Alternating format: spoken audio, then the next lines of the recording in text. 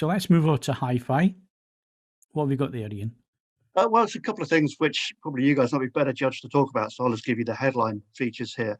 Both of them kind of evolve a touch of nostalgia, one of which being the Eclipse TD712zMK2 loudspeaker, which is finally being retired after 18 years of service, which I'm sure some people will miss, and some people might be quite interested to see what the replacement will be. Well, that's the main thing. They have announced already that there's going to be a replacement. I mean, obviously 18 years isn't a bad innings. No. In some regard, obviously there is a review of this speaker on the site if you fancy having a look at it, but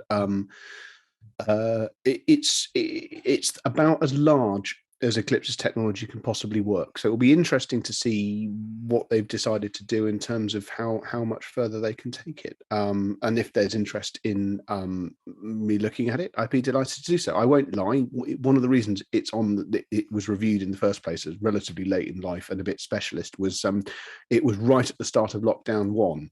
So it was a case of who has a product, who can get it to me when none of the couriers are actually operating, and can it stay here for a bit of time? So that was why it was covered.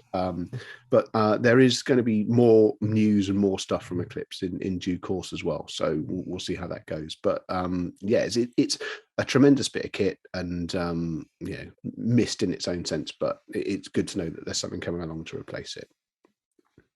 Okay, and just wrapping up then, Ian, Turntable news.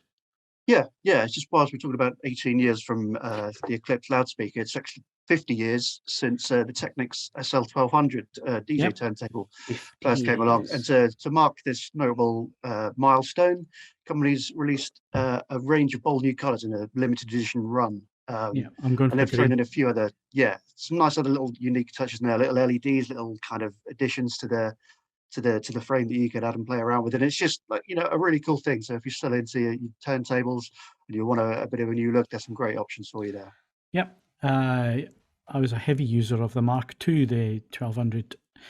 Seminal version. Well, actually, the 1210 Mark II. I've been looking for a mint Mark II for the last maybe 10 years, and finding one that hasn't been abused in some way, because they were professional products. They were used in professional environments, and lager being spilt over them and scratches and all sorts. So actually finding a mint one was it's an impossible task. Actually, it told by Panasonic that they'd found one in a stockroom as they were doing a clear out, still boxed, and it went to somebody as a retirement present, which I thought was a nice touch. But getting a Mark II, almost impossible. So the Mark 7L,